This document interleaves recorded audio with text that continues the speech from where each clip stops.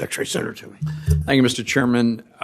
Ms. Lang, so as I said, I appreciate the work that the PWG has done. I disagree with some of the conclusions, but it was a constructive addition to this ongoing public discussion.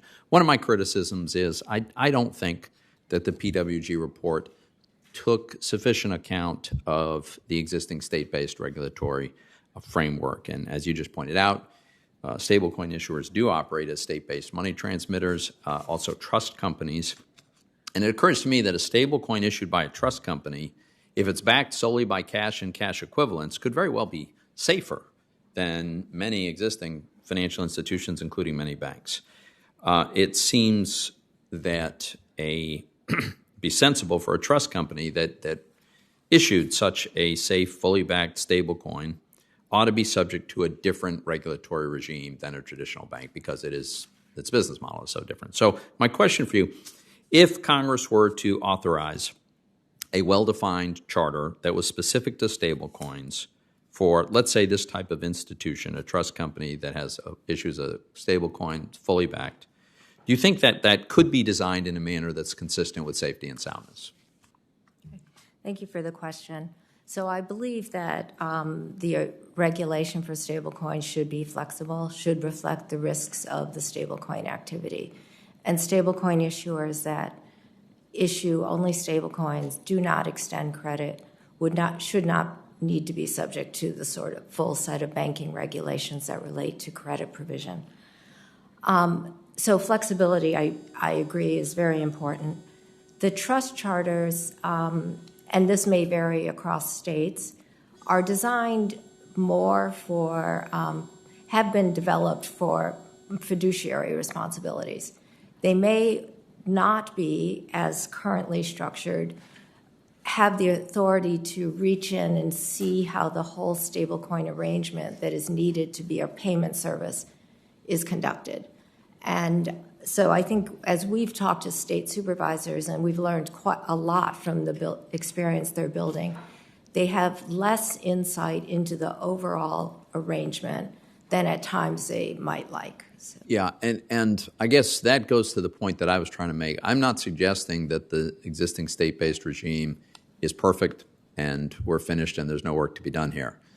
But I am suggesting that it might serve as a part of a regulatory framework, an option that would be available with the overlay that would address some of the concerns that you just raised. Now, I appreciate you just once again reiterated a point that I think you've made before, that the full set of bank regulations really shouldn't need to apply if the issuer is not engaged in the full range of traditional banking. I think that's a really important distinction. And I think one of the things that we ought to consider is creating what some people call a narrow bank, a narrowly defined charter that would be well suited for stablecoin issuers. Do you think a narrow bank could be consistent with the goals of the PWG report? On a specific type of charter, I guess I could more comfortable with the issues it's trying to address. So I think staying flexible within an IDI framework, which I believe is flexible, to better match the activities and risks with the regulation. It does not need, the PWG report did not necessarily recommend deposit insurance, for example. So that would be consistent with a narrow bank. But it did require, it would like financial firms to be issuers, and for other parts of the stablecoin arrangement, it could be commercial, but that would be something for Congress to consider. So I think in terms of a narrow bank, that can be defined separately. I think it's within the IDI charter with lots of flexibility to match the risks of the activities. So where I think there's common ground here is a recognition that we both have that the nature of stable coins and their issuers is very distinct from traditional banking, and therefore a different regulatory approach makes sense.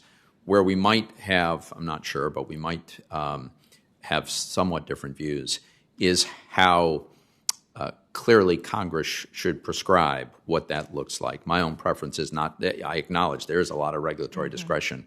I don't think that's the optimal way to proceed. I think it's better for Congress to provide some guide points. I want to make one last point, and I see I'm out of time, and that is this is not a criticism of you. This is not an observation about Ms. Lang at all, but it's a general observation that Congress and regulators should remember our mission is not to make it impossible for a financial institution to fail.